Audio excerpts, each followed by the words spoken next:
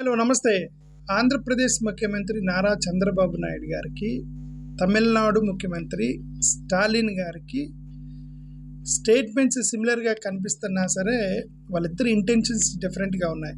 ఎందుకు దీని గురించి మాట్లాడుతున్నానంటే, నేషనల్ ఛానల్స్ ప్లస్ కొన్ని తెలుగు మీడియా ఛానల్స్ కూడా వాళ్ళిద్దరిని కంబైన్ చేసి మాట్లాడుతున్నారు. ఎలాగంటే చంద్రబాబు నాయుడు గారు, స్టాలిన్ ఇద్దరూ కూడా పిల్లల్ని కనమని ప్రమోట్ చేస్తున్నారని ఇద్దరిని కలిపి నెడుతున్నారు.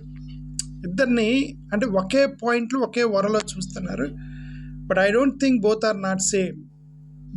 There is a difference between those two.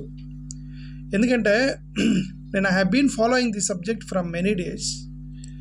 I'm very sure that both are not same. ఎందుకు బోత్ ఆర్ నాట్ సేమ్ అంటున్నానంటే, చంద్రబాబు నాయుడు గారు is very serious on going for another child, but whereas Stalin is satirical, he is not serious on this issue. ఎందుకు చెప్తున్నానంటే, ఇప్పుడు స్టాలిన్ గారు గతంలో తమిళనాడు ముఖ్యమంత్రి స్టాలిన్ గతంలో ఏం చెప్పాడంటే, ఒక ప్రసంగం ఇస్తూ మీరు ఒక్కొక్కరు 16 మంది పిల్లల్ని కనండి అన్నాడు.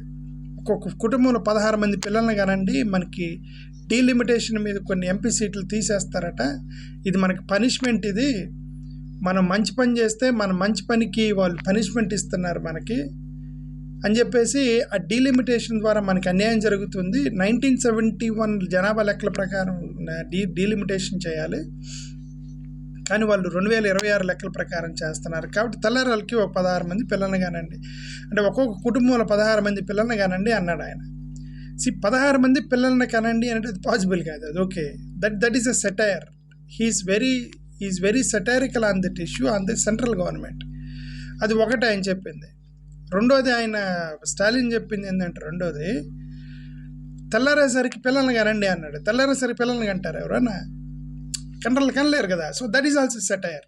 Okay, but very much his concern ఏంటంటే, స్టాలిన్ కన్సర్న్ ఏంటంటే, obviously we should understand that they are in India కూటమి, ఇండియా ఎలియన్స్లో ఉన్నారు డిఎంకే.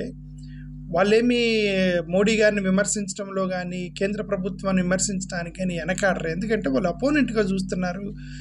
తమిళనాడులో BJP is opponent. So obviously they are going against BJP and they are free to talk on all those things. Okay, so కాబట్టి అసలు ఆయన వర్షనే వేరు.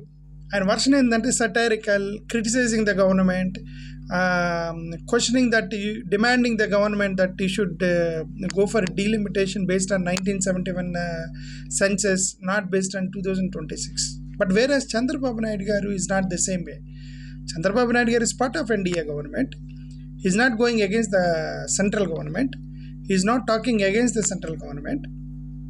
Okay, Modi గారిని ఆయన విమర్శించే పొజిషన్లో లేరు, సెంట్రల్ గవర్నమెంట్ని విమర్శించే పొజిషన్లో లేరు, ఈ యొక్క డీలిమిటేషన్ని అపోజ్ చేసే పొజిషన్లో లేడు, హిందీ ఇంపోజిషన్ని అపోజ్ చేసే పొజిషన్లో లేరు.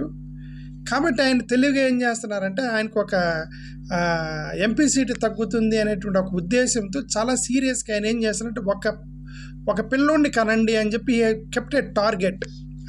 కాబట్టే మొన్న కూడా ఆయన ఎవరో ఎంపీ కూడా, మీకు మగపిల్లోని కంటే ఒక ఆవునిస్తాను, ఆడపిల్లని కంటే 50,000 ఇస్తానని చెప్పేసి వాళ్ళు they're very serious on this issue, third child మీద. ఓకే, సో కాబట్టి వీళ్ళిద్దరిని ఒక వరలో పెట్టేసి ఇద్దరు ఒకే పాయింట్ మీద ఉన్నారు అనేది ఫండమెంటల్లీ రాంగ్. చంద్రబాబు నాయుడు గారు and Stalin is not in the same direction, but both are talking on the same, but the different approaches, different objectives, different aims they are talking on this. Okay, so this is one clarity. We should understand the difference between Stalin and Chandrababu Naidu garu. But we have to understand that Chandrababu Naidu garu is part and parcel of NDA government. NDA government kabatti aina sare there are certain issues which harms the state. But which harms the state ainappudu, see, the politics is not beyond the state. Politics is not beyond the state. And the safety of an individual is not beyond the state. So we should understand ఈ simple కాన్సెప్ట్లు మనం అర్థం చేసుకుంటే, కొన్నిటిని at the సంస్థాగత లెవెల్లో అక్కడ main లెవెల్లో వాళ్ళు అపోజ్ చేయాలనుకుంటే అపోజ్ చేయగలరు. ఇది వీళ్ళు తెలుగుదేశం ప్రభుత్వం అధికారం వచ్చిన దగ్గర నుంచి నారా లోకేష్ కానీ చంద్రబాబు నాయుడు గారు కానీ వీళ్ళు ఒకటి మాట్లాడుతున్నారు. అదేంటంటే అన్కండిషనల్ సపోర్ట్ అనేది ఎక్కువ మాట్లాడుతున్నారు. వాళ్ళు ప్రెస్ చేసి చెప్తున్నారు దాన్ని. అవతల వాళ్ళు ఏం అడగల. ఇప్పుడు మొన్న అసెంబ్లీలో మాట్లాడుతూ కూడా నారా లోకేష్ గారు ఏమన్నారంటే అన్కండిషనల్ సపోర్ట్, ఆమె extending unconditional support India government అన్నారు. వాళ్ళు స్పెసిఫికల్లీ ఎవరు అడగకుండానే చెప్తున్నారు మేము అన్కండిషనల్ సపోర్ట్ ఇస్తున్నాం సెంట్రల్ గవర్నమెంట్కి అని చెప్పేసి. అలాంటి నువ్వు ఒకవేళ నీకు మైండ్లో అన్కండిషనల్ సపోర్ట్ ఇవ్వాలి అని ఉన్నా సరే అది నువ్వు బయటికి చెప్తే అన్కండిషనల్ సపోర్ట్. ఇప్పుడు ఒకటేనండి, ఫ్రీగా పొగిడితే ఎవరికి కూడా ఉపయోగం ఉండదు.